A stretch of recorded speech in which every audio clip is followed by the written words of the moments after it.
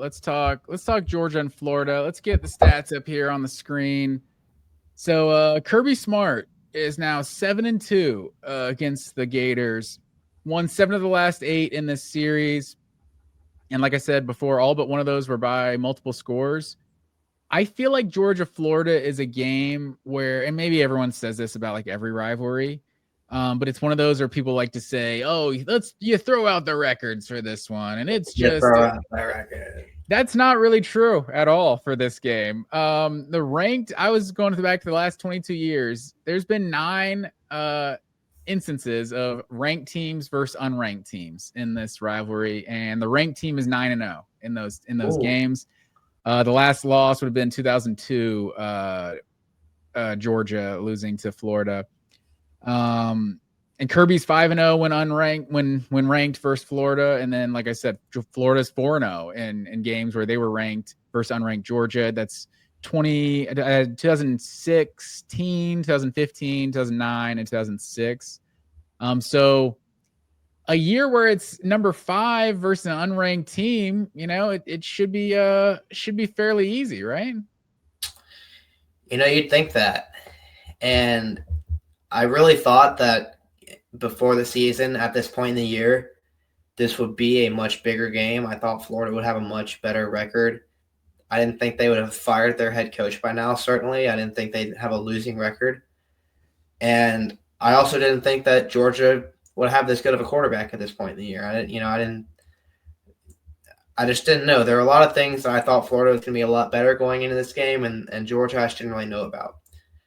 But even then, even with everything that's happened with Florida since then and now, and the whole interim thing, and how much of a revelation Georgia's offense has been with Stockton and everything, I still feel like this is a game that can go either way just because of how much of an unknown Florida now is. They fired their head coach. They've got a new play caller that no one knows anything about, and they have nothing to lose. I mean, this really is a house money type of game for them, as people have been saying. Like, who knows? It's against their biggest rival. It's a huge game. They're going to be playing with nothing to prove and nothing to lose. A lot can happen here.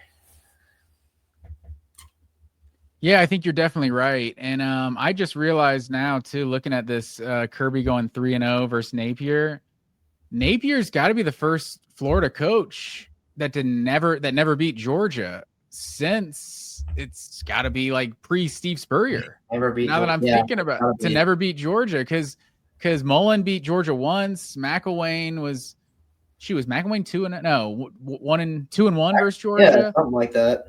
Because he was fired for like non-football reasons. That was like a whole different thing going on. And then Muschamp went 1-3. So yeah, so Kirby finishes 3-0 versus Napier. But yeah, I think, and so the stats I have on the screen here are just the games against Power 4 competition this year. It's kind of how we've broken down most of the games to try to get a better idea of how good these teams are. I know Tennessee has a really good offense this year, but like having like 3 of the top 7 receivers in the SEC, it's like that's juicing your stats versus the G5 and stuff, and that just doesn't mean anything to me. Like Tennessee's offense is good, but so many stats in college football are just kind of can lie to you sometimes. So Florida comes in 3-4 overall, but against Power 4 competition, they're 2-4. 2-2 in the SEC. Georgia's 4-1 with all 5 of those games being against the SEC. But offensive points per game, Georgia, and that's one I should have highlighted. That's a huge difference right there. 32.5 points per game versus 17 points per game Florida's scoring in these games. You see Georgia's got the big advantage on the ground, which is surprising because oh man, I always want to say Sammy Baugh because that's the old school. What is Baugh's first name? Jaden Baugh. There you go. I know it's not Sammy Baugh. He played in like 1930 or something. I think Sammy Baugh, did he invent the forward pass or something? I'm not sure. He was a main pioneer of it. I know that. Yeah, something like that. But yeah, Jaden Baugh, he's been really good this year. But I think there's been some debate of like he hasn't been getting the ball enough. When it comes to like looking at their offense. So, maybe a new guy gets kind of changes their approach a little bit. But Georgia's definitely been better on the ground this year. On third down is a huge number. Georgia, obviously defensively is what we talk a lot about. Georgia giving up 50% on third down, but 48% offensively versus Florida at 28%. So that, I guess that's one of those things we hope continues, because Georgia's been one of the worst teams in the SEC when it comes to getting off the field on third down. So maybe Florida will help them there a little bit.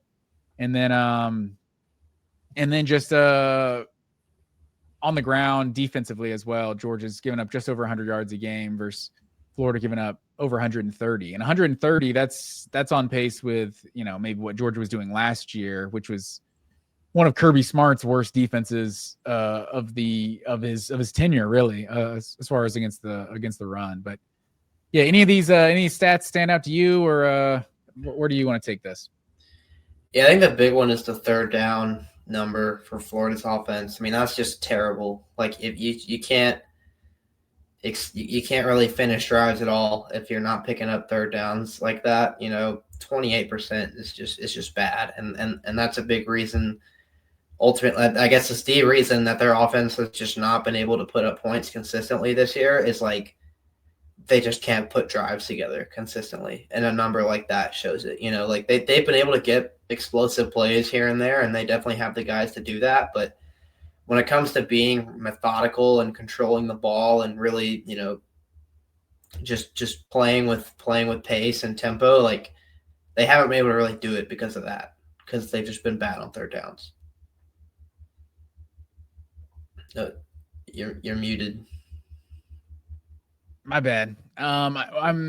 When I'm thinking about a team that's going to give Georgia a tough game too, I feel like it's a team that's like clearly better than Georgia defensively. Like you look at like an Auburn or something, like obviously going on the road too, like an Auburn or an Oklahoma or maybe a Texas A&M or something. Like I think Georgia's defense isn't great, but there's a lot of defenses they're just kind of on par with. Like you've seen Alabama just look pretty average for a lot of the season defensively. They've been good, not great. But they have an offense that can beat most teams. It's like Florida doesn't have the offense, and then they have a good defense, but it's not a defense that's better than Georgia's or anything. So they're very comparable. Like I think there's reason to like the 42% number on third down is a number where Florida's been better than Georgia, and they've played tough competition. But I just like you look at an Ole Miss or something a couple weeks ago, like that's a team that has a really good offense that has a defense that's probably similar to Georgia's. I would say not as good, but they've had some good performances. Look decent, I guess, against Oklahoma. But I don't know how Florida kind of takes advantage of Georgia's weaknesses without kind of just showing us something they haven't shown us all season, which is always possible in a football game. But like Lagway is good, but he's just turned the ball over a lot this year. There's not a lot of games that they've won because of DJ Lagway. A lot of the games they've won, it's because they were able to like run the ball and kind of dominate somebody, like a Texas that they rushed for 159 yards against. Mississippi State, they rushed for 172. Like those weren't games that they won because like DJ Lagway took over. And I think that's kind of what we thought people kind of pegged this Florida team to be this year. I think you're kind of underselling their defense a little bit. Like okay. I don't know if this is a hot take, but like I think Florida has a better defense than Ole Miss does. I think they have, and if it's not better than Ole Miss's, which I just think it is, I think you got to admit it's much closer to Auburn's defense than it is to Ole Miss. Like I Georgia struggled in that game against Auburn because Auburn is just really tough up front, and they're really tough against the run, and they make you earn it through the air. And that's what Florida's been able to do as well. I think that's a big part of why they beat Texas, as much as them being able to run the ball and kind of control the tempo of that game, definitely. But like this is a tough defense, and it's not going to be easy for Georgia at all.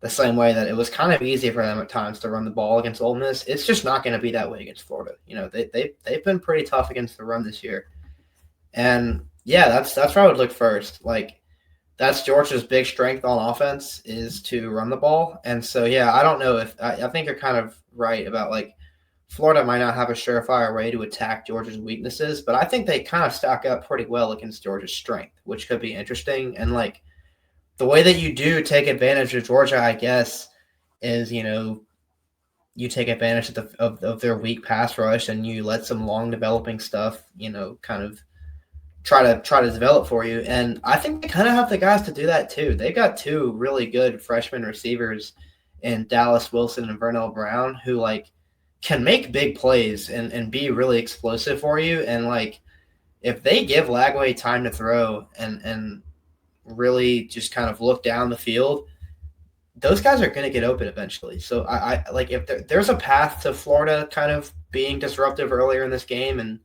kind of putting Georgia on their heels early, and I kind of think that's how they do it.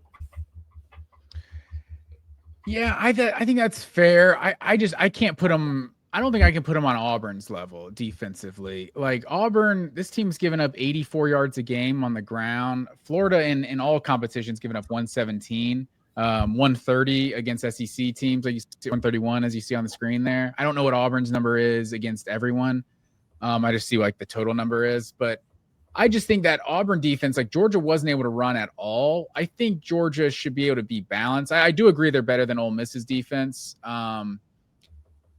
I think, and like you said, they're two playmakers. They have three guys averaging 15 yards plus a reception, and Georgia's got one. And his dogs. Yeah.